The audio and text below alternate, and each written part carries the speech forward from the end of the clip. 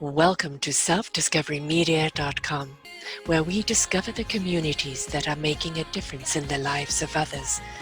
Our self-discovery is something we are all making on our life's journey.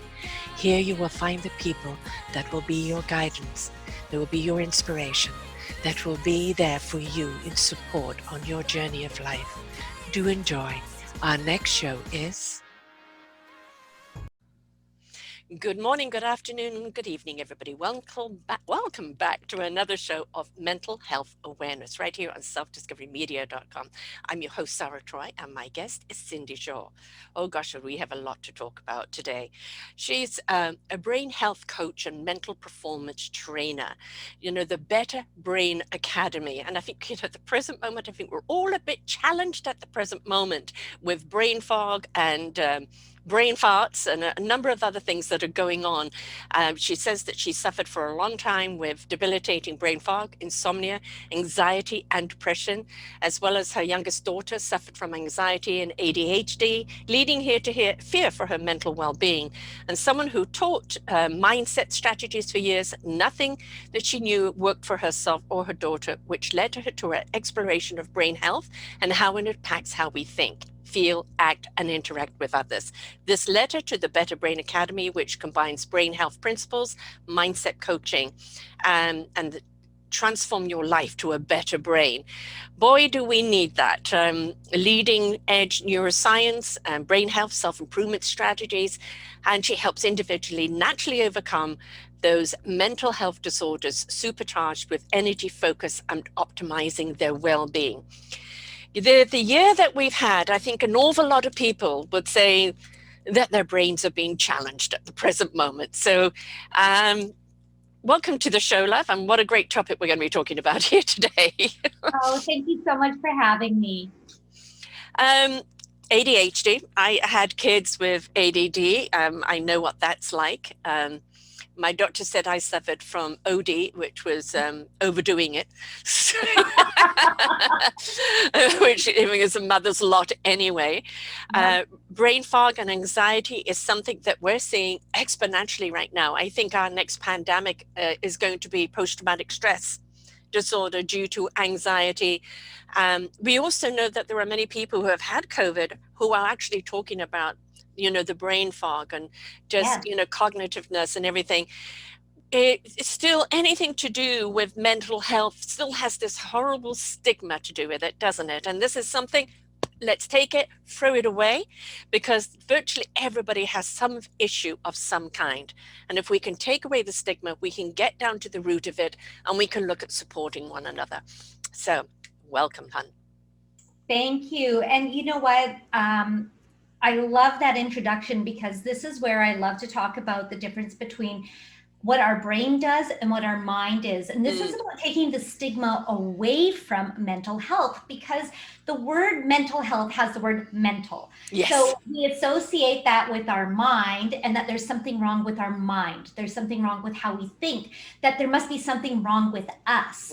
But what I love to explain to people is that our brain is like a computer. It's like the hardware of the computer.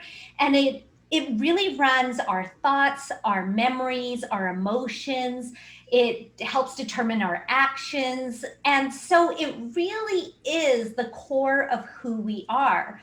And our mindset and our mind are the software that run in the background. And that is a culmination of our life experiences, our beliefs, and, the limiting ideas that we've grown up with.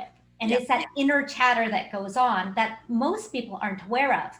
But what's really driving the mental health crisis, like you said, is I call it the pandemic stress disorder. Yes. And it really is, it comes down to our hardware is being attacked. And so we need to upgrade our brains. And the good thing is we can do that. Our brains are willing and able to grow and change. So, I love to take the stigma away from mental health, because if there was something wrong with your heart or something wrong with your liver, you would never be embarrassed about it. But when it comes to the word mental health, it's actually brain health. And so when parts of your brain are not balanced and not working properly, you can suffer from anxiety, brain fog, depression, ADHD, OCD, addictions, and so forth, and other mental health disorders. But it really comes down to that hardware not functioning to its fullest ability. 100% agree with you on absolutely everything that you've said. The brain is the mechanics, right? It's the motor. Exactly. And, the programming is not just your upbringing, but it can be ancestral, can even be past life, Absolutely. right? And very often you find yourself doing something and why am I caught in this treadmill? And it's something that your parents or your mother or grandmother did, and you think you're breaking the cycle only to find out that you're repeating it, because really you haven't addressed it at the core. We have to always go to the core of something. We're afraid to go to the core, aren't we? Because we're scared of what we might find. But if you don't go to the root of the problem, how are you going to know how to deal with it? Exactly. And there's this whole new study in science and in neuroscience called epigenetics, which is looking at how our DNA is affected by exactly what you said. What happened to our mother? What happened to our grandparents? What kind of stresses were they under? And then how did that affect our genetics and how that gets passed on to us, even if we never experienced the trauma. Yeah. And so it does deeply affect our brain as well, and how our brain reacts to what's going on around us. And unfortunately, being in this pandemic, our brains are constantly being fired with fear. Yes. And it's causing so much stress and anxiety and depression and all of these mental health issues, because what is happening is that our amygdala, which is in the core of our brain, was meant to keep us safe, to keep us safe from danger. And it was this mechanism that, when for thousands of years people were hunting and gathering, that you needed to be aware if there was something jumping out of the bushes at you. Yes. And you either had to fight it off, you had to flee, or the other response is to play dead, to freeze. And so this part is a survival mechanism in us, and it pulls all the energy from your prefrontal cortex, which is the front part of your brain that makes decisions, helps with your judgment and so forth. And it's pulling energy away from that, and it's all going to the amygdala. And the more that we stay in a state of fear and stress, the more that we're hardwiring into our brain those responses, and the harder it is to get out of it. And that has the ripple effect down to the body, because the brain is like high alert, high alert, high alert, and it puts that stress on every part of your body, and it will go to the weakest part of you. And this is why we see so much dis-ease, because it's going to ignite that weakest part in your body, and then it takes over, and you go, but why is that reacting? And it's because you're in that fear state all the time. And I've suffered from depression all my life and anxiety. Part of it is to do with my disease, which is part and parcel of it. And there's certain things I can do to navigate away from it, and other times I have to acknowledge it. It's there, but please don't tell me to snap out of it. Because there is no snap. I can be as rational as anything, as logical as anything. But if my body's in distress or in depression, it's beyond just the thoughts of thinking positive. Everything is in distress.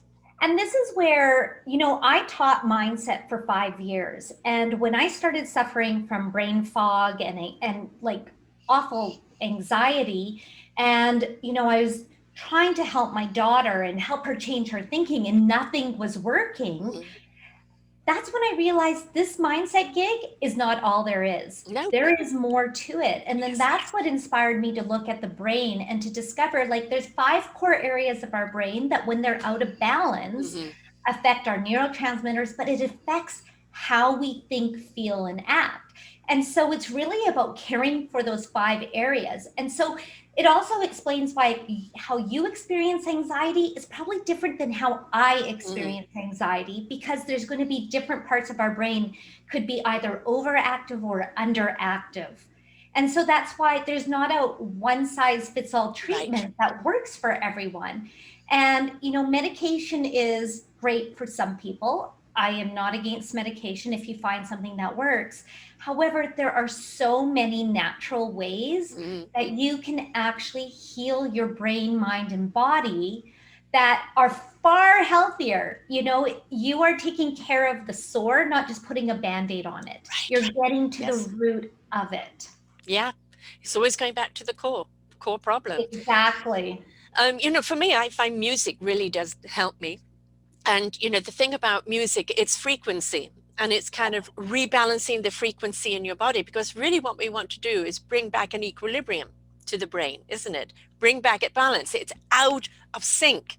And Yes. that's the reason that throws it into distress. So if you can bring back that balance to it, it can now function, optimize. But if it's out of sync, it's under distress and it's trying to kind of subsidize something over here that's putting too much pressure on that. And we talk a great deal in life about finding that balance, the yin Right. yang, it isn't just a kumbaya thing or a Zen thing. It's really, really necessary that we actually have it for a whole well-beingness. Exactly. And honestly, there's 7 core things that I really work with my clients on. And the first is diet and supplements. Second is sleep. Third is stress management. Fourth is exercise. Fifth is knowing your numbers, like hormones, vitamin D, your thyroid, the amount of inflammation in your body. 6 is having those meaningful connections in life. And the 7th is really about working with your mindset, because it does play a role in we feel the way we think. But go back a little bit further, what's controlling those thoughts? And if your part of your brain, like with my daughter, was called her anterior cingulate gyrus. And the reason I was so concerned for her was she would come home and what should have taken 15 minutes to do for homework would take her 3 hours. And then she would start on this negative thinking train of, I'm stupid, I can't do this, I'm never going to succeed. And no matter how I tried to get her to shift her thinking, it just would make things worse, which then would make everyone frustrated and angry. And I was like, what is going on here? And when I learned about the brain, what I realized was her anterior cingulate gyrus, which is like our gear shifter, was overactive. So she couldn't get off that thought train. People with anxiety, often it's another part of their brain called their basal ganglia that sets their idle of how they respond. For people who suffer from depression, it tends to be their deep limbic system that's overactive. For people with ADHD, it's often their prefrontal cortex, which is underactive. And people who suffer from brain fog and, to the extreme dementia, it's actually the temporal lobes.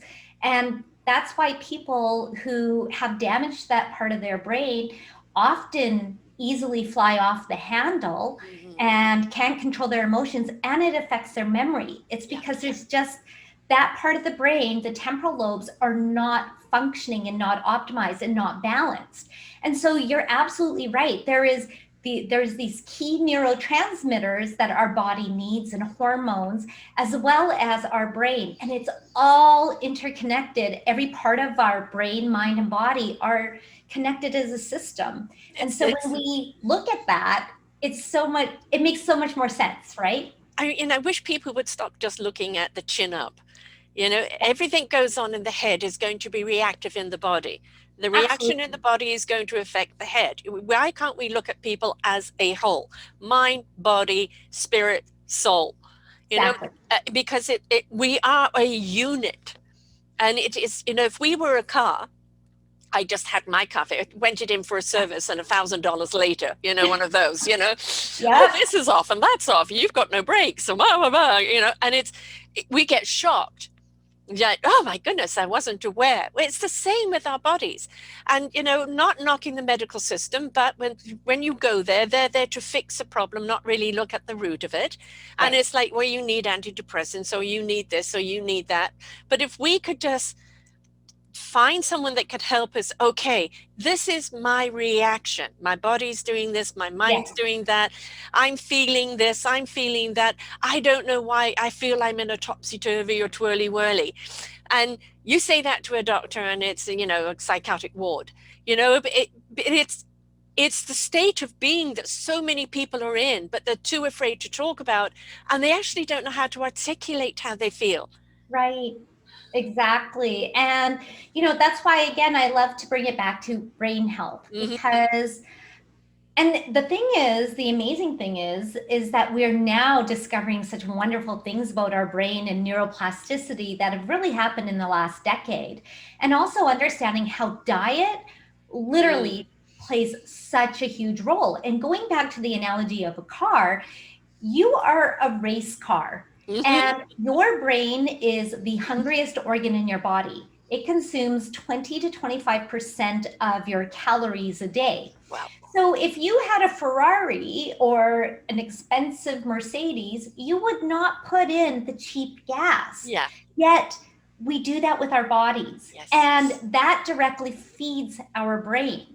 And if our brain isn't getting the proper nutrition, it makes it hard to focus. It makes it hard to concentrate, to make decisions, to be alert, and to modulate our stress responses. So, you know, that's why I say those 7 key things are so important to make sure you have them balanced. Yeah. Now it's how to go about it. You know, yes, we can, you know, positive thinking can equal positive living to a point. But as you said, if the brain isn't functioning properly, it doesn't matter how much you try and affirm something. You know, it's just not going to register because the brain is not connective. It's not hearing it. And then the body is going to go into distress. And then we don't know how to react to people. We either go on the defense, or we withdraw, or we come out angry, or we come out self-harming. Or violent, and self-medicating. Of course, you know, when you look at addiction, do people grow up and say, well, I'm going to be addicted to this or that or that, you know, or I'm going to be a drug addict? No. Why did they do that? And it's they're chasing something, escapism from the anguish that they're in, because nobody's understanding where that anguish is coming from. And this is, again, comes down to brain development, because often people who have addiction issues have had adverse childhood experiences. And there's great information online. If you just put in adverse childhood experiences, there's been so many studies that have been done that correlate rates of addiction with, you know, traumas that you've had throughout your life. And the way that I like to explain it to people is, when you experience a trauma, especially as a child, and the trauma could be your parents getting divorced, living with someone, a parent who had mental health disorders, living with someone, you know, experiencing abuse of any sort, living with someone who was an alcoholic or drug addict, being bullied. All of these things are, you know, I call them big T trauma. But we also have little t traumas, like adverse life experiences that happen, like when you're in grade 1 and you go to the teacher and you tell her that somebody did something, and then she turns around and blames you. Yes. Well, your little mind up until the age of 8 is just this sponge that absorbs everything, and it gets locked away in your brain. And the way that I like to explain, you know, little trauma and big trauma is, we've all probably seen the show Hoarders. And, you know, when people go into those houses and they look around and they're like, holy crap, there's a lot of stuff in here. But the person who lives in it's like, this is just my reality. This is how I live. And that's what happens in our mind. Every time we have these experiences, they get put in a box and they get shoved away into a little corner of our mind. And we may not ever think about it again. But over a lifetime, what happens is all these boxes start accumulating. And eventually those boxes start putting weight and everything starts spilling out. And when we get, you know, like you said, angry, defensive, sad, anything like that, that's someone kicking our box that we have not healed and taken care of. And so just because you're not thinking of it doesn't mean it's not there, because it is wired into your brain, into your hippocampus. And until you do the work, and I highly recommend like EMDR, eye movement desensitization and reprocessing for trauma. I haven't heard of that.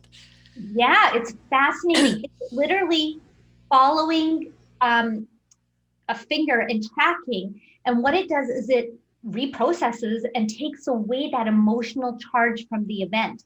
It is very highly regarded and used like throughout the world. It's amazing. Tapping, Yes. emotional freedom technique, that's helpful. Hypnosis, neurofeedback, all of these things, what they do is they work with our brain to reprocess and make sense of what has happened to us. And people who don't think that they have anything to deal with, all I say is, go spend some time with your siblings or your parents for a weekend. Yes. And you will know exactly what boxes you have to take care of. Right, exactly. So, no, not that box. We don't realize too that we literally hold memory and trauma in our cellular structure. Yes. I've done a lot of cellular cleansing where, bringing up past lives, past issues, and you look at it and go, oh my God, I thought that was dealt with, or I wasn't even aware I felt about that. Yes. And, what we talk about so much on these shows here is life is a process that we have to go through. Right. And whether you're facing a trauma, whether you've bottomed out, you've had the cosmic 2x4, you're picking yourself up, you have to go through the process. You have to go through the grieving of what you may have lost. You have to go through the forgiveness of what has been done to you, but the forgiveness of how you've reacted to. You have to go through the nurturing of your inner child, of the love, finding that self-love. And this is a process we cannot escape. Because if we don't deal with it, as you said, those little boxes, next thing you know, they're a warehouse and you're wondering why you can't move. And you know what? They continue accumulating. And that's why, you're never successful in business. That's why you have a crappy marriage. That's why you have issues with your friends. It's why you can't get along with your parents. Like this will follow you around until you make the choice to deal with it. And to, where I say, I start with healing the brain, like build that foundation so that you have the mental resilience and ability to deal with everything else. So when we lay that foundation and we get the brain optimized, then we can start working on that other stuff, because now we've boosted our brain reserve. Right. We have given ourselves that leg up to be able to deal with those other things. And then you can start to reset your mindset, to process, to reframe, and to look at new things, or to look at things in a new light. And then you can retrain your brain. And that comes down to neuroplasticity, because our brains are not this thing that's fully developed by the time we turn 18. We're constantly growing new neurons, and we're changing and creating these new pathways. And so when you know then how to create new pathways that support you in healthier ways of thinking, being, and doing, your life is going to be better. So those people that are like, ooh, I don't want to look, I don't want to know what's there, trust me, it's affecting your life already. And by sticking your head in the sand and thinking that I don't want to deal with it, there's nothing here, don't look at it, trust me, everyone can see it. Just go ask people who love you. They'll be happy to tell you what your boxes are. Whether you like it or not. I don't know if you know of the Emoto water experiment, the 3 water. So 1 water ignored, 1 water given, negativity 1 given positivity. The ignored one didn't change. The negative one turned black, dark and dense, and the other one turned to crystallization, which they could measure in frequency. We've got to remember we're 70% water. And our brains and our head, there's a lot of water up there. If we're carrying all that negativity, it's not allowing us to process our food, our nutrients. It's not allowing us to go through the thoughts. It's not allowing us to do anything, because we're swimming in dark water. And so when we take this on and we start with the brain, and we're giving the engine the stabilization and the equipment to start trickling down to the mind, to the heart, to the soul, to the spirit, and clear that water out. And then we can be mindful of what we put back in. But there are so many modalities to doing things, and all of them have their purpose. But again, if you don't take care of the brain, the mechanism, that car's going to break down again, right? You've replaced Absolutely. this, you've replaced that, but you forgot the piston. And here's the thing, we cannot replace our brain. No. Like, you cannot have a brain transplant. Most other organs, You haven't heard of Frankenstein? Well, most other organs, you may be able to get a transplant. They may be able to Yes. fix, but there is no fix for your brain. Nope. So taking care of your brain and having a better brain means you're going to have a better life. Yeah. So feeding it well, getting sleep, because sleep is so fundamental to our mental well-being, because we all know how we feel when we have a crappy sleep. Yeah. You just can't focus, you're slow, you don't make great decisions, you might be really moody. Well, there's a reason we need 7 to 9 hours of sleep, and that's because our brain clears out the toxins that have accumulated throughout the day. And there's been numerous studies done recently that show that if you're getting under 7 hours of sleep, you are actually at a much, much greater risk of getting Alzheimer's, because this plaque builds up that you haven't allowed your brain enough time to clear out and cleanse out every night. So, diet, sleep, and stress are my top 3 things that I recommend, and I would recommend to your listeners at really dialing in. Yeah. Now, I know a lot of people have spoken to me about sleep, the anxiety or don't sleep. I have fibromyalgia, and one of the problems is sleep. It's one of the things, and we never regenerate our battery. Our battery never fills up, so you're always exhausted, never matter how much sleep that you have. And then that also slows the rest of you down, right? So I can attest to it's not just the hours of sleep, it's the quality of sleep. Yes. Right, which is important, and getting enough retina sleep in there to rebuild you, because that's when your body does its all repair. The brain and everything part of your body does its repair, which means don't stimulate yourself before you go to sleep, right? Exactly. Do not watch a scary Netflix show an hour before you go to sleep, because you know what? Your brain cannot tell the difference between something it's seeing and vividly imagining and something that it's experiencing. Exactly. So it's releasing those same chemicals and hormones and stuff in your body. So, when it comes to sleep, and I know for a lot of people it's a big issue. So these are my top recommendations. Number 1, get off all devices, your phone, your computer, your TV, at least an hour before you go to bed. Secondly, keep your room cool, like 68 degrees. Yes. That is going to help you sleep throughout the night. Also, keep your room dark. And if that means that you need, like, I sleep with an eye shade, I have darkening blinds, I have custom made earplugs. I got my husband a snore guard, like, to ensure that I get some good sleep. And then also some supplements to take are like magnesium biglycinate, 200 to 400 milligrams, because magnesium is key to so many functions in our body, and 85% of Canadians and Americans are deficient in it. Yes. And another thing that I recommend also, especially for women, is hormones. When you start getting into your 40s, 50s, 60s, and so on, your hormones get thrown out of balance. And so that can deeply affect your sleep. So seeing a naturopath and making sure that your hormones are balanced, because trust me, you still need those hormones in your 60s, 70s, and 80s, because it's what gets you up. It gives you energy. It allows you to function and to think and do all the things you want to do. So really having those hormones balanced. And another thing I recommend is, before going to bed, especially if you're the type of person, and this is what happens to me, waking up between 2 and 3 a.m. Like bing, and then all of a sudden the mind starts going and I can't fall back asleep. So what is going on in your brain and your body is your glucose levels and insulin have gone down so far because you haven't ate for so many hours. And so you get a spike of adrenaline and cortisol. which wakes you up because your body goes, oh my gosh, I'm hungry, in fear, must get something to feed myself.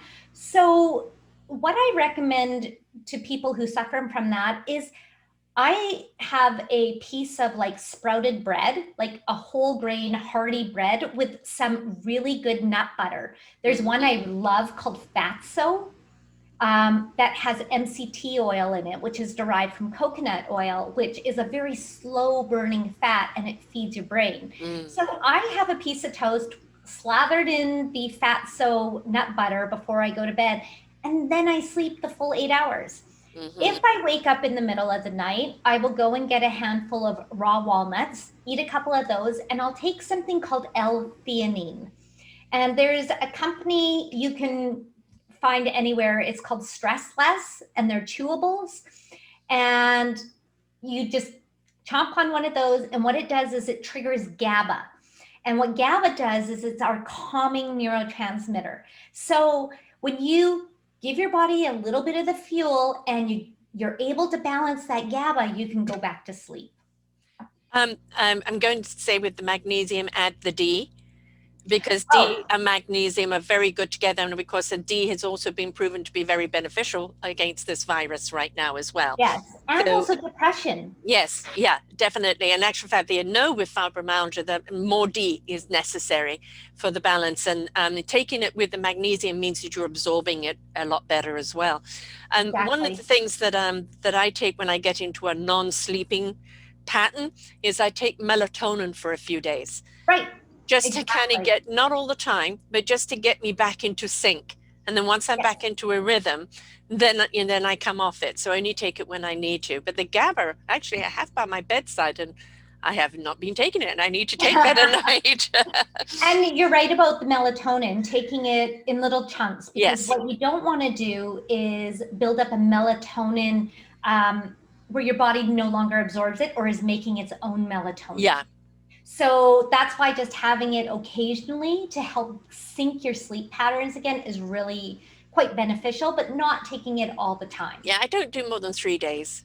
Yeah, that's excellent. That's perfect. But, I also find MSM, I take that, and, the Amigas are very important as well, right? So omega-3s, so there's a specific type of omega-3 that I really recommend because it is more bioavailable. And I recently just did a test. It's called an omega-3 quorent test, and it measures your level of omega-3s because your levels of omega-3s directly not only feed your brain, because 60% of your brain is made of fat and omega-3 acids, helps protect your brain, but it also protects your heart. So this test is just a little finger prick test. You send in your little blood sample, comes back and tells you what your omega-3 levels are in your body. Because if you are too low, you are at a greater risk of heart disease. Yes. So the type that I recommend, you can just Google it. You want to go omega-3 Maximil. So Maximil. So Maximil is something that makes the omega-3s more bioavailable, meaning your body can absorb it better. Yeah. And I have this on my website as well, like all of these different supplements we're talking about, just in my shop too, that people can buy. When is the best time to take the Amiga? You know what? I take mine during the day, like morning, breakfast. I don't think that there is a specific time. It's just a matter of getting enough. Yeah. Getting a good high quality one, because my husband, he fell into the range, like that omega-3 test was amazing. So the range should be between 8 and 12% omega-3s in your blood.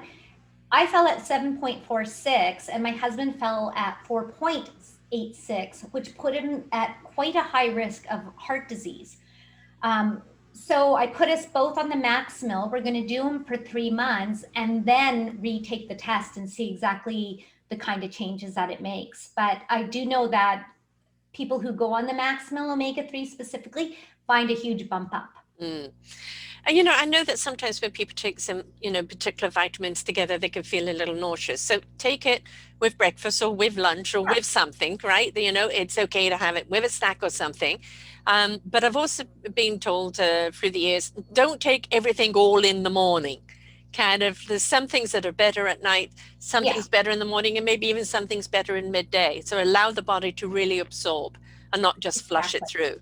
And the other thing with omega-3s is you can get the omega-3 acids, fatty acids through stuff you eat. Yes. So, raw walnuts. Yeah. So the thing that I always have to tell people and tell my clients is do not go out and buy the Planters seeds, the Planters brand, or buy the Costco Yes. container of nuts because they've all been fried in bad oil. Yeah. So you want raw. So Mm. raw almonds, flax seeds, chia seeds, salmon, all contain high levels of omega-3. Mm. I'm a huge B17 fan, and B17 has been proven to prevent cancer or help people with cancer.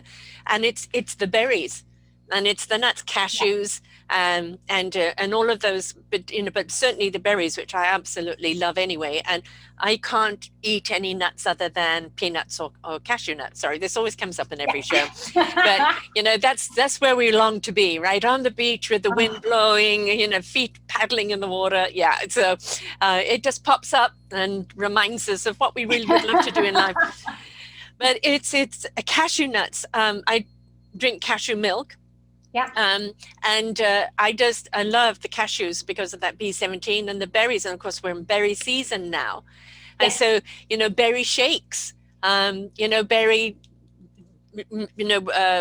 mix the berries up, puree them and put them over your ice cream, or, there's Exactly. banana ice cream, which you can make, because my daughter and her husband are 100% vegan. So they've shown me how to make banana ice cream. And Nice. what do you think of the vegan diet? I think that it's not for everybody. Mm-hmm. I think that it works for some bodies. I myself prescribe to a hunter-gatherer diet that based on thousands of years of evolution. So that would be more a paleo diet. Mm-hmm. So we pretty much cut out, other than my one slice of bread that I have at night, we pretty much cut out anything that is a refined carb. Right. So I have a saying, if it's white, it's just not right. Mm-hmm. And if it is fried, it has died. So what that means is if it's got white flour, white sugar, white pasta, white rice, Mm-hmm. everything good about it has been stripped off. Right. So you can have, so those are your simple carbs that make up crackers, cookies, cakes, anything that's delicious. Yes, really. of course.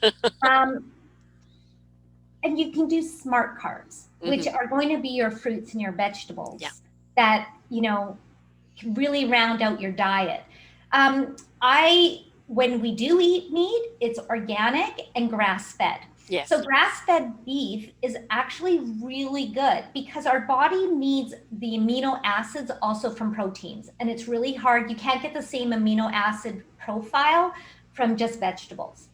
So I look at the evolutionary approach that humans have followed for thousands and thousands of years, and that's a diet that works best for my body and my husband's body. Mm-hmm. And but again, every brain is different. Yes. With some people, my daughter has a specific type of ADHD that I was able to target based on her brain areas that were over focused and under focused, and she does better on a high carb diet, low protein.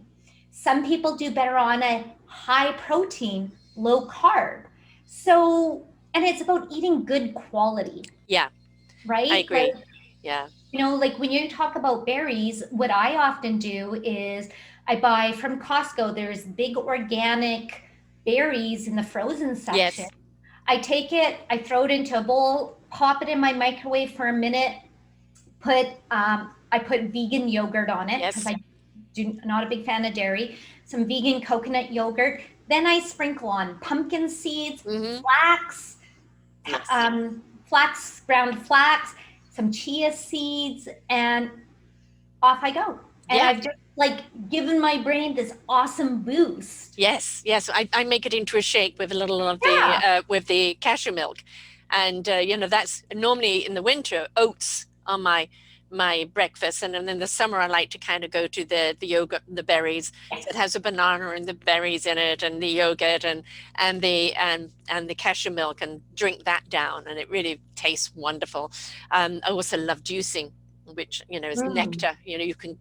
I like my scotch, but I would even sacrifice scotch for a good juice. And I'm most certainly a 6 vegetable person a day. And I eat now and again kind of fish or chicken. I don't touch any other meat. So it's fish or chicken or eggs now and again.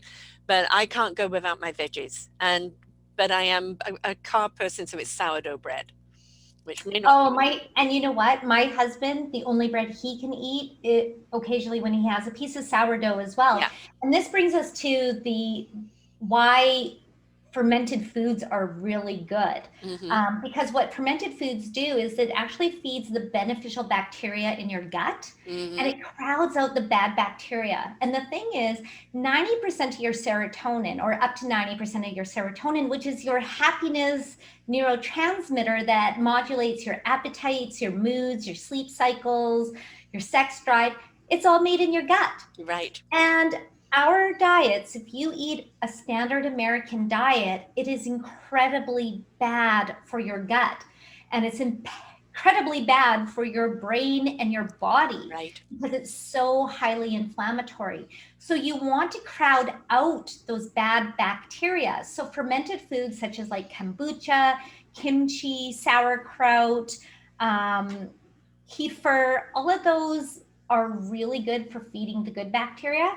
I do have a caveat though. If you suffer from allergies in the spring, I stay away from my kombucha and anything fermented during the springtime, because what it does is it ups my histamine level.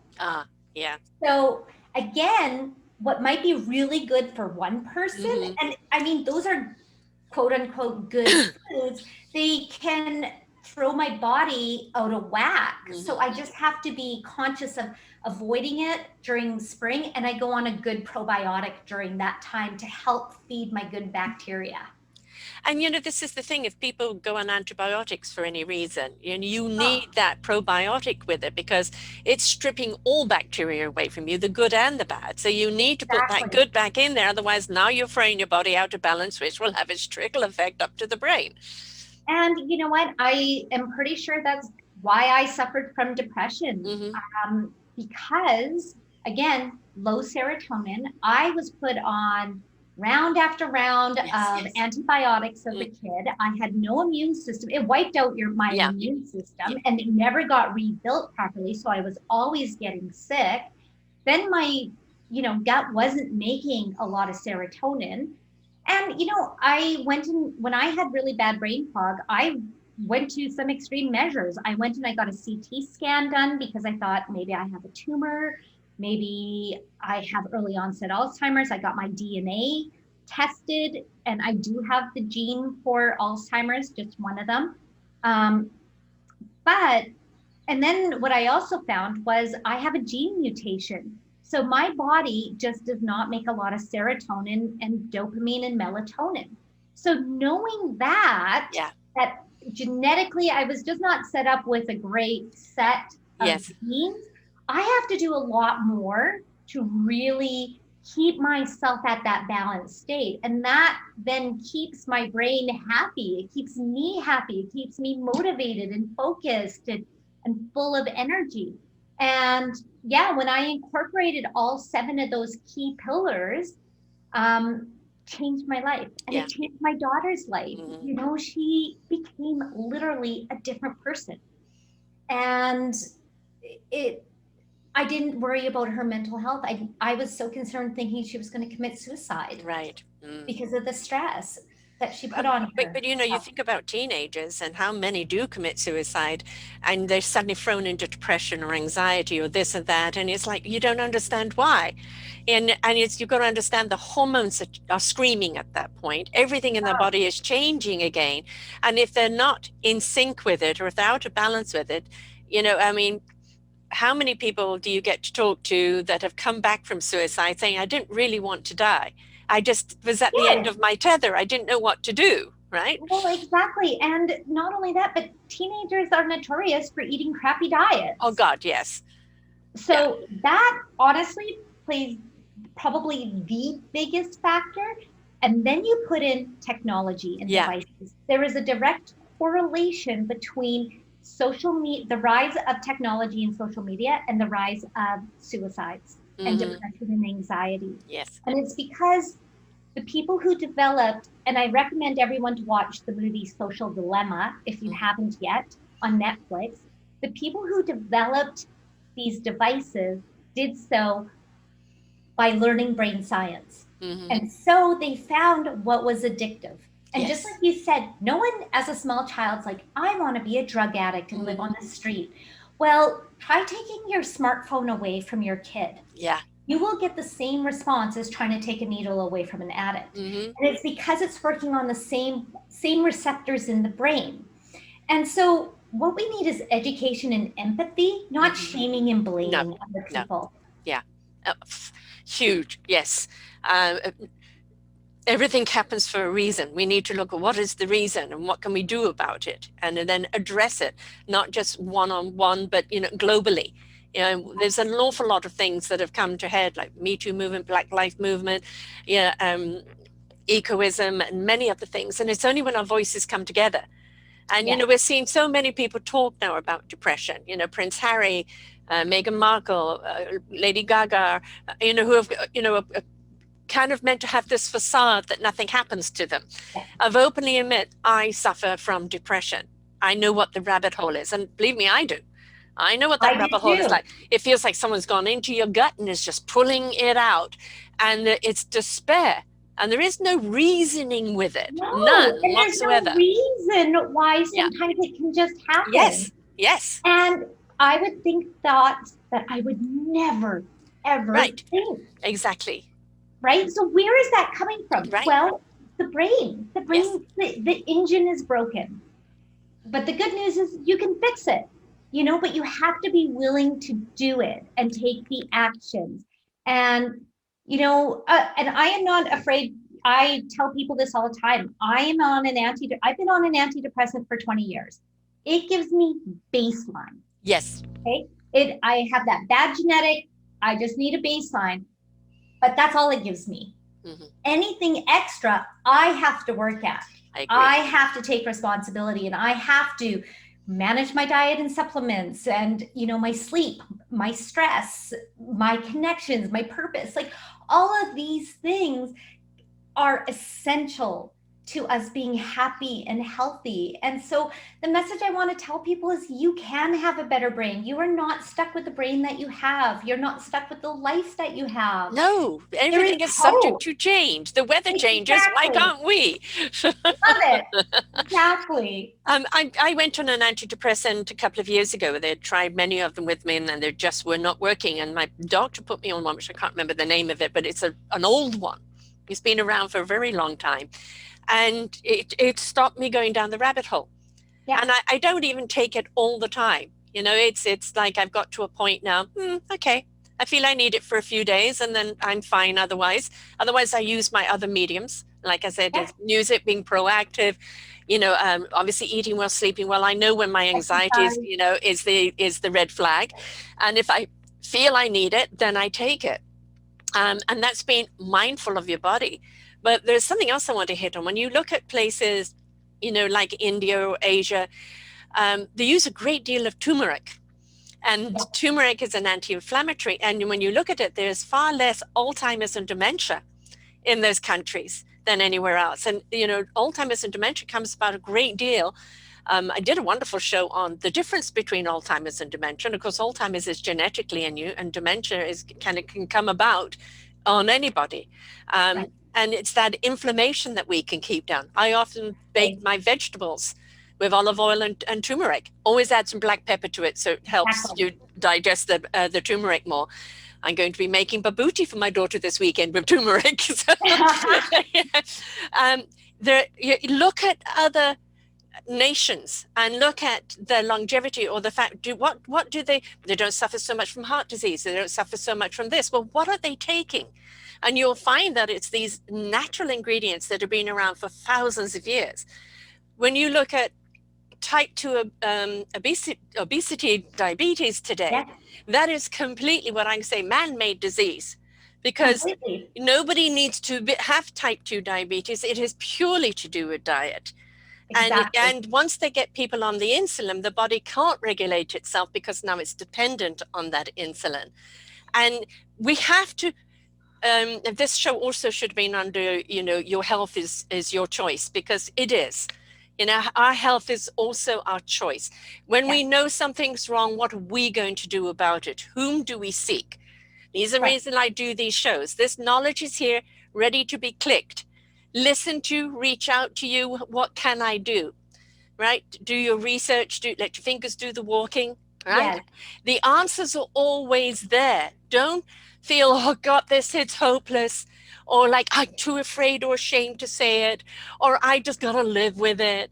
There's always an answer and a solution, but you've also got to be prepared to participate And in that's your healing. where, I look at post-traumatic growth. You know, you can take something that's holding you back and you can either have it as that shackle and it becomes your story and your reality, or you can use it to drive you towards growing and being better. Yeah. And I know when you are shackled and you feel hopeless, it is hard to get out of there. It's hard to get out of that spot. So you need to, take small actions, and it's just the small little things that you do for yourself on a daily basis that have that long term Yes. effect. And so, actually, that's what I start with whenever I work with, you know, in my academy, is we start with the brain science behind forming habits, Yeah. because a Yeah. lot of us know what we should do Mm-hmm. and we still don't do it. So I start with, let's do shids, small habits I do daily, Yes. and building those shids in that are going to support you in making the changes that you need to make. When you're in a car and you've taken the same route all along, suddenly find yourself home and you don't remember, did you see such and such on that corner? No, because I'm just, in the mindless route, the mindless things we do. We want to get into some of the routines in our life that do become mindless. We just do them. They're part of our habit, like brushing teeth, getting up in the morning. Exactly. Um, everything is hard initially because you're navigating it. Yes, Once you do it often enough and it becomes part of your routine, your programming, it becomes automatic. It's not something you need to think about anymore. But it also exactly. allows you to pay attention to the other things that are trying to speak to you. So don't be afraid to start something new. I've had to navigate numerous things in my life, and I've kind of got to know what my body likes and what it doesn't. But Mm, I know that I'm always living on a certain level of stress. yeah. Maybe because I've chosen to do 6 to 8 shows a week. I don't know. But, Maybe. maybe, maybe I thrive on it. Who knows? Maybe it's just part of my genetics. And I look at my mother and I look at my sister and I look at my brother. Everybody has this kind of anxiety. And so I know it's genetically there. And I know there's times it wants to take over Right. and other times not. And you have to have a good old chat with yourself and go, okay, all Exactly. right, I'm not going to feed you. I acknowledge you. Is there anything you really are stressed about? Okay, what can you do about it? Can you do anything about the pandemic at the moment? No. What can you do for you in your life so that you don't get it and you don't become a problem for someone else, right? So take Exactly. ownership. Don't be afraid to have those talks with yourself. Absolutely. Couldn't agree with you more. Our health really is our choice, and that means mental health as well. And we said at the top of the hour about the stigma and the shame of it, and I think a lot of it is the fear, because it's really not that long ago that if you had any mental issues, off to a sanatorium. Hmm. And also that men would say their wives were hysterical and they would Yes, be sent to a sanatorium and they had no power. And that's still not so many generations away that it's not in our DNA. It's still in our DNA memory. absolutely. And what's ironic is probably those same men who were saying my wife's hysterical were alcoholics, dealing with their own stress and Right. anxiety and depression. Like men tend to experience anxiety differently, or sorry, stress or depression differently than women. Men tend to, their temporal lobes tend to be overactive, so they can become more moody and irritable, fly off the handle more. Whereas women, it's their deep limbic system, so they become sad and Yes. hopeless feeling. And so that is one difference in our brains. So yeah, those same men, no one was sending them off No. somewhere. Well, it's the same with post-traumatic stress. You know, like I'm come from England. My dad was a fighter pilot, and when it ended the war, there was only 3 left in his squadron, and he was the last one to die, but he died at 45 of a heart attack, and it was because suck it up, think of Britain and all the things they'd seen. I have another genre of our global veterans, and we don't glorify or talk about the wars they've been in. We talk about what they've done to heal themselves when they come back. And they've realized that they have to create what it is to heal themselves because it's not out there for them. And then they end up healing other veterans or other people that are going through post-traumatic stress. And post-traumatic stress is something that's really rampant right now because we are really dealing with a great deal of people, many people right now that have been suffering from anxiety and depression. I also think, quite honestly, the 5 years of Trumpism that kept everybody at high hysteria the whole time. When he left, everybody, I realized I had stopped breathing for 5 years. So we came out of that and then straight into the pandemic. Yeah. And we just, as you talked about tapping, it hits those meridian points that kind of talk to the body to calm it down. Not everybody can just simply meditate. They can't be still enough to meditate. Their minds are too chattered to meditate. Maybe a walk in nature, maybe a swim, maybe a bike ride. Find out where it is that takes you down into your calmness, that brings you back to your center. But there's always something out there. And yes, there's a pandemic of this going on right now, but what can we do to empower ourselves? Because then we become an empowerment for someone else. Exactly. And, I have on my website a free resource about how to stress less. And it has a meditation. It's 6 minutes, and it's all about creating those new neural pathways in your brain so you don't automatically go to that fight, flight, or freeze, and start creating a new pathway. And, it's hard to create that new pathway. Like if you're going through a bush, it's always easier to take the path that's already traveled and trampled down.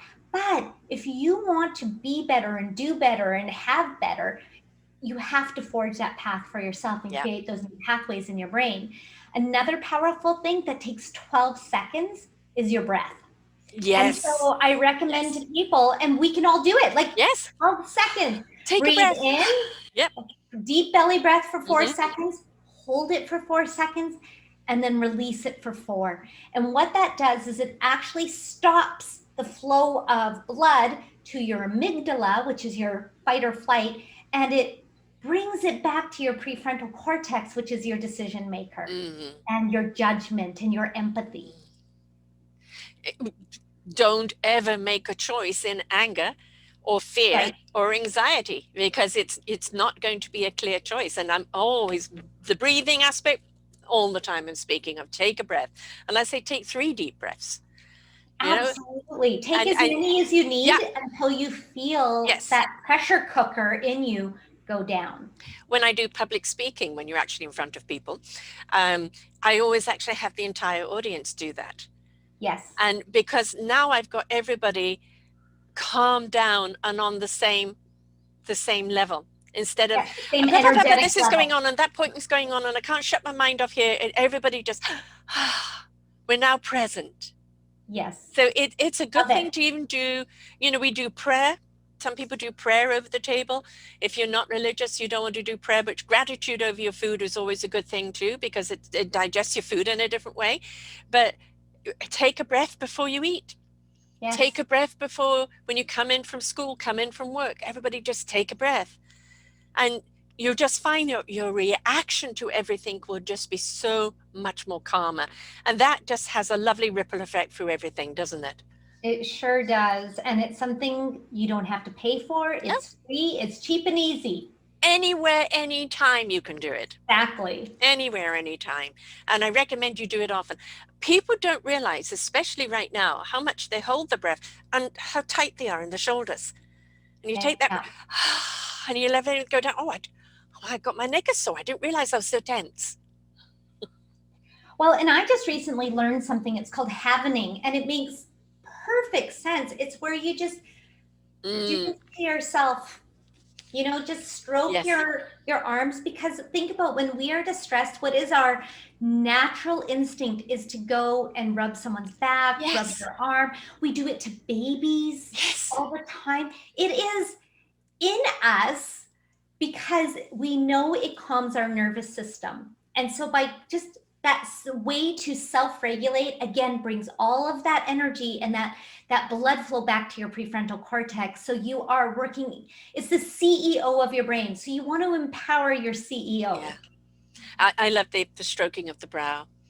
Oh yeah. The stroking of the brow and the head. It's so soothing. And, I'm a single woman and I sleep with a teddy bear. That teddy bear is in the bosom of my arms. I hug it and kiss it every night and every morning. I love it. Because I'm a hugger and I'm hug deprived right now. And I Yes. do get to go down and see my daughter this weekend and have Mother's Day weekend with her and her newborn. And yeah, I'm Nice. going to get my hug quota in, because Awesome. we don't realize how much we do need that physical. We really do need that physical, don't we? This is why pets have been so wonderful, especially dogs. They're in Yes. heaven right now. You want a hug? Yeah. Yeah. Well, it's that whole connection, right? It's that physical connection with other people. And that's how we have evolved. That's how we survived, was in small groups of 20 to 50 people. And the way that life has evolved in the last couple hundred years, we now are so separated. Yeah. We don't have that community. We don't have that connection. We don't have those nuclear families anymore that really support us in our journeys through life. And that's why I think you suffer. There's so many people suffering from isolation, Yes. which is actually worse for your health than smoking 15 cigarettes a day. Mm-hmm. So, I don't know how many people have turned to the cigarettes, which, yeah. people have turned to some bad habits because, They're trying to isolated. self-soothe. Yeah. And it's, again, to find that balance and to calm the brain down. Yeah. And so, yeah, so it's about being aware of the choices you're making. And I live in wine region. I love having a glass of wine with dinner, and I do find like it's enjoyable and relaxing. But I'm not drinking a bottle. The Mediterranean diet countries, it is a glass of wine or two a day, and it's very, very healthy for your body. Right? As and well for as your heart. pure olive oil and all of those things that we think are bad, they've proven to be very good. So, well, your brain needs those healthy fats to thrive. So that's why the low-fat diet made people sick and fat. Yes. And it's actually a high-fat diet, meaning healthy high fats, like avocados, salmon, olive oil, nuts and seeds. All of those that have the healthy fats that help you thrive and survive. I had avocado toast for my lunch. Awesome. Love And it. I always have a box of a combination of nuts and seeds that if I get hungry in the afternoon, a handful of those. So, yeah. You and me, girlfriend. We have the same snacks. Cranberries and a pumpkin seed and you name it, and the cashew nuts and everything in there. Yeah, lovely. Yeah, and it just a handful or so of that, and you just feel good to go, right? Yeah, but pay attention. Your body will tell you what it wants. It will tell you what it wants. Your mind will tell you what it wants. It's just be present, be still enough, take that breath and listen to your body, listen to your mind. And the other thing is, we talked about overstimuli, but there is also the needing to stimulate, because a lot of people have just I'm tired of doing the puzzles, or I'm tired of doing this. It's like, I don't know what to do with my time. I don't want to be on the computer. Well, find something that's stimulating for you, because we also know those that use their brain right up, like you look at the Orientals with Mahjong. Yeah. It keeps their mind going. My mother was crossword puzzles every single day of her life, lived to 95.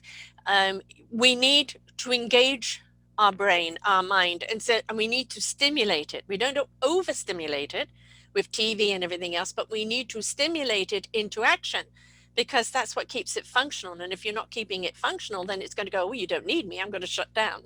Yeah, it's if you don't use it, you will lose it. And Exactly. those are the neurons. And the more that you use it, the more that you create, it's neurogenesis. You're growing new neurons, Yeah. you're creating new pathways. So if you want to stave off dementia and Alzheimer's and all of those things, it is in your control to do that. Yes. Because what studies have now found is that Alzheimer's and dementia take decades to form. Yeah. And so right now is the time to start taking the actions to ensure that you don't end up as one of those. Their new statistics are 1 in 2 people by the age of 85 will have dementia.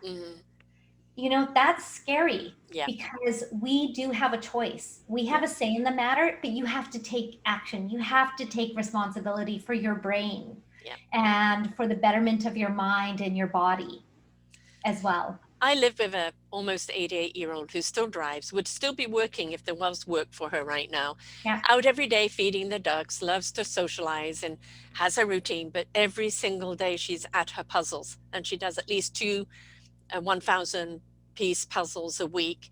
And she is so focused. I mean, she loves her tea. I think there's something about orange pekoe tea too. I found people of older age orange pekoe tea. I don't know what's in it, but there's something there. She doesn't even acknowledge her tea when she's doing her puzzle. She's so engrossed in it, and she has methodical way of doing it. And she is, and I think that, and every morning she's on the computer playing Mahjong or doing solitaire.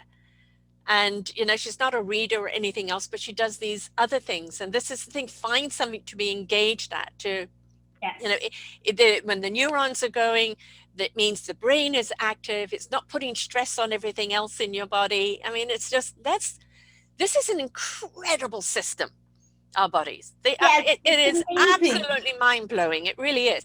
But it does need to work properly. Like, you look at the computer, which we've all taken for granted now. And of course, the computer's in the phones now, which, sorry, I won't work with it on the phone. No, this is enough. When you look at, a computer used to be a city block. Yeah. Now it's in a watch, right? Yeah. And you look at how all of that information is being shrunk down and accessible to us. Well, what we've got to be careful of is use it and utilize it as a tool to do, not in place of our doing. Exactly. And that the technology is not using you. Yes. That is key because of the highly addictive nature of how they're developed, that every time it goes ding, ding, ding, you get a little dopamine burst. Yes. Because it feels good that you're being recognized, you're important. It gives you motivation and pleasure. And I think too, that's why we have such high levels of anxiety and depression right now, is because we are literally wearing out our dopamine receptors. So it takes more and more and more stimulation to feel any pleasure. And that's why kids nowadays don't know how to have conversations. They don't go outside and play. They don't appreciate the sunset. They don't appreciate going for a walk as much. And they're angry. Simple things. Yeah. And it's because, listen, we've trained their brains to be that way. And so as a parent, it's really up to you to put the limits on. You still have some control, especially if you're paying for the device. Yes. And you own that device. And so, I had to realize I'm not my kids' friends. I have to protect their brains. I'm the guardian of their brains. So, being conscious of that too. Yeah. Yeah. And, it's don't be afraid to say something to another mom. It's not a ridicule of what they're doing. It's just that they're probably unaware. Exactly. Right? How many years have we talked about the robots are going to take over? They have. It's called a phone. Exactly. Right? And you willingly handed yourself over to it. Now, it's an incredible tool. Let's remember, it's the tool. It's the same with a psychopath using the hammer to hammer a nail or a person. That's a Exactly. choice. Right? Use it wisely, it builds something. Don't use it wisely, it destroys. Right? Exactly. So what kind of programs do you have that you can Sure. help people with? So I always encourage everyone to go. I have a free brain quiz that really gives you an idea of how is your brain performing, and we get into um, the five key areas of your brain and the systems, and what may be performing well and what isn't performing well. So it'll give you those results. So I always encourage people to go check that out, and it's just betterbrainquiz.com. And then I also offer a 12-week program. And this is what I love and I'm so excited to do is I have some great diagnostic tools. So it's all online. It's a small group of people. We get together on Zoom once a week. It's called the Better Brain Academy. And what I do for each of the clients I work with is a very comprehensive assessment to really hone in on their specific brain and what areas maybe either has too much blood flow to it or too little blood flow to it, and how we can balance that. So we work through restoring your brain health, and then we get into the mindset stuff about resetting your mindset, working with your limiting thoughts and beliefs, really challenging those, and then we get into retraining your brain to think in new ways. So it's kind of like a three-pronged approach that gives you the foundation, the walls, and the roof all together. Which without those three, you're not going to resolve anything. No, and you don't have to suffer. You don't Right. have to jump from, personal development program to personal development program or medication to medication. Um, this is a comprehensive approach that uses natural means to really look at Yeah. your brain. And it's all very And well you reprogramming, but if you're not reprogramming the brain is just going to snap you right back to the old patterns. exactly. Exactly. So So get to the yeah, so root. they can check me out at thebetterbrainacademy.com. And yeah, check out, see if it's a good fit. I have a lot of free resources on there. And like I said, go to betterbrainquiz.com. It's a great place to start. Yes, I mean it's a good aha, because we really don't know. We think we know ourselves and we think we know it all. And then you go and do these things and you go, oh, really? Well, now it's actually giving you, a nice arrow of what to address. You're no Yes, longer in the exactly. dark. Okay, all right, this part of me needs some attention, right? Definitely. And then again, that's your choice of whether you attend to it or not. But it's at least you know what you need to do, and that's your accountability. We've got to be accountable for our own well-beingness, right? Everything is Exactly. a choice. Even abstaining from a choice is a choice. It is. Do you have any social medias? I do. I am on Instagram. It's just betterbrain.academy. And I'm on Facebook, Better Brain Academy. Easy peasy. So betterbrainacademy.com and betterbrainquiz.com to take the quiz. Yes, And then from there, they can reach out to you absolutely. and take those steps. And this is a lot of people will buy a new car or buy a new outfit or buy a new this or buy a new that, but they don't invest in themselves, right? Or go and buy stacks of makeup or this or that, etc. And but what about your health? What about your well-beingness? What about you? Invest in you, and then you've already got the wonderful foundation of which everything else can be built from. But if you're not Exactly. taking care of that foundation, there's going to be some cracks, and you might slip through it if you don't pay attention to it. So this has been fantastic. It's been great having you on here. I have to have you Thank you back down the so road. And much. um, we talk a great deal about our programming and why we repeat it, the nourishment of the brain, which is so very, very important, but also making sure the brain is firing on all of its cylinders, because if it's not, then the rest of us is in trouble. I have one wonderful host that was on for a few years with me. She retired at 82. Show was called Wise Health. And she would say, the most important organs actually are the kidney, liver, and colon, because if they're in distress, they send a ricochet right up through the body. But then Mm, you also need to look at the brain, because if the brain is out of sorts, it's going to make everything else out of sorts as well, right? So exactly. balance, folks. Let's get up and functioning properly, right? We want everything to function on all cylinders, and good tires and great balance and everything else. So it's important. So thank you so much for sharing with Thank us today. you. Take It's been care. great having you. Remember, folks, take the quiz. You've got nothing to lose from it. And it just may raise some points, and then you go, okay, all right, I really do need some help down this road. Take the journey with her. You're only going to benefit from it. And don't forget, if it benefits you, it's going to benefit everybody else around you. So until next time, folks, bye for now. We hope that you enjoyed the show. You will hear many, many shows here on selfdiscoverymedia.com. We have new shows for you out every week. Just find them on our podcast or What's New. If you feel that you have something to share that makes a difference in the lives of others, or you too feel that you could be a host, please contact me at info@selfdiscoverymedia.com, and we will be glad to speak with you. Have a wonderful day.